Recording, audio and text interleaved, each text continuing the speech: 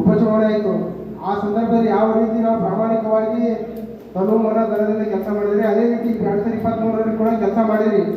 ಆದರೂ ಕೂಡ ಕೆಲವೊಂದು ಕಾರಣಾಂತರಗಳಿಂದ ಆ ಬಳ್ಳು ಭರವಸೆಯ ಗ್ಯಾರಂಟಿಗಳಿಂದ ಮತ್ತು ಲಾಟ್ರಿ ಶಾಸಕರು, ಈಗಿನ ಇದ್ದಂಥ ಶಾಸಕರು ಲಾಟ್ರಿ ಶಾಸಕರು, ಯಾಕಂದ್ರೆ ಅವರು ಮೂಲತ ರೈತಾಪಿ ಕುಟುಂಬದವರಲ್ಲ, ಹೋರಾಟದ ಬದಿಯಿಂದ ಬಂದಂಥವರಲ್ಲ, ಅವರು ರಾಜಕೀಯ ಮಂತ್ರಿಯಿಂದ ಬಂದು ಇವತ್ತಿದ್ದಂಥ ಶಾಸಕರಿಗೆ ಆಯ್ಕೆ. ಆದ್ರೆ ನಮ್ಮ ರಮೇಶ್ ಪುಸ್ತಕ ಅವರು ಆಗಿಲ್ಲ.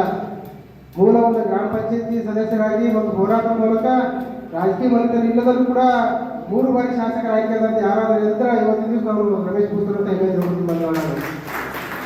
ಯಾಕಂದ್ರೆ ನಾವು ಹಿಂದೆ ನೋಡ್ಕಿ ಮಂತರ ರಾಜಕೀಯ ಮಂತರ ಹಣಬಲ ತೋಳಬಲ ಇದ್ರೂ ಕೂಡ ಅವ್ರು ಆಗೋದು ಬೇರೆ. ಅದು ಏನೇ ಇಲ್ಲದೆ ಅಂತ ಒಬ್ಬ ಜೀವನದಿಂದ ಜೀವನ ಆಗ್ಬೇಕಂದ್ರೆ ಭಾಳ ಬೇಕದು.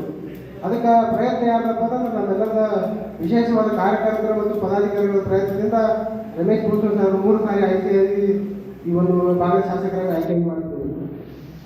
ಇನ್ನೊಂದಪ್ಪ ಅಂತಂದ್ರೆ ಈಗಾಗಲೇ ನಮ್ಮ ಜಿಲ್ಲೆಯಲ್ಲಿರ್ತಕ್ಕಂಥ ಅಧ್ಯಕ್ಷರಾಗಿ ನಮ್ಮೆಲ್ಲ ಜಿಲ್ಲಾ ಕೋರ್ ಕಮಿಟಿ ಸದಸ್ಯರು ಒಂದು ಬಣ್ಣ ಕೊಟ್ಟಿದ್ದೇವೆ ನಾವು.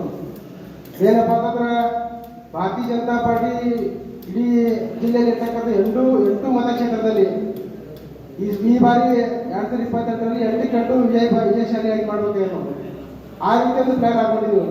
ಆ ವಿಜಯ ಪತಾಕೆಯನ್ನು ಸಿಂಧಿಗೆಯಿಂದ ರಮೇಶ್ ಪುಸ್ತೂರ್ ಸಾಹೇಬರ ಆಯ್ಕೆ ಆಗೋದ್ರ ಮೂಲಕ ಇಲ್ಲಿಂದ ವಿಜಯೋತ್ಸವ ಆಚರಣೆ ಮಾಡ್ಬೇಕಂತ ನಾವೆಲ್ಲರೂ ಒಂದು ಮನವಿಯನ್ನು ಮಾಡ್ಕೊತಿದ್ದೇವೆ ನಮ್ಮೊಳಗೆ.